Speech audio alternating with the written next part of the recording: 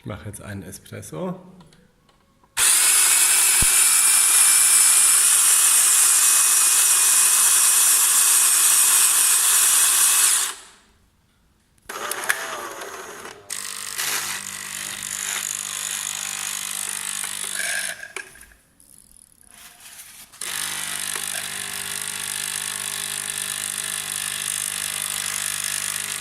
Jetzt kommt ein komisches Geräusch hier unten.